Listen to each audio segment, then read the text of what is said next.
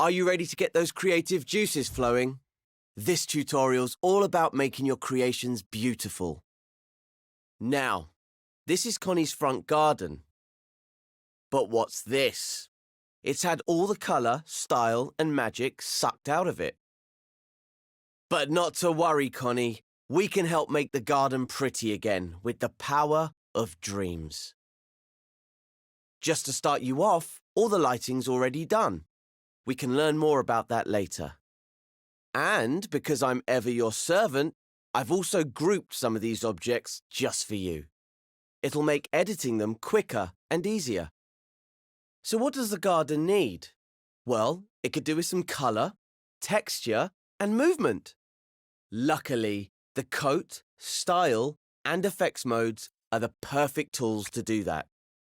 They don't create new objects. They modify existing sculptures and paintings. And they work on groups. With just a little practice, you can become a master of them all. So let's start by adding some colour with the tint tool. Open the Assembly menu with the square button and go to the Modes menu.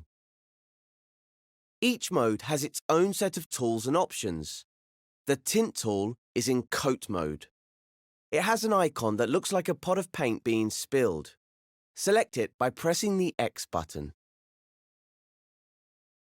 As you can see, the Assembly menu has now been replaced with the Coat menu. In the top row, you'll find Options and Helpers. Along the bottom, you'll find the tools. Now, which colour to use? Open the Colours menu in the top row of icons. These are colour groups.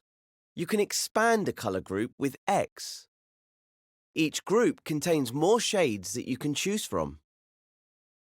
I'm going to find a green for the foliage, but if green's not your thing, you can experiment. Is the menu too long? You can scroll it by grabbing it with R2.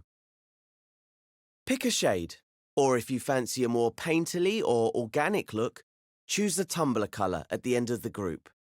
That will apply a random shade that changes as you work. When you've chosen a colour, you're ready to go to the next step.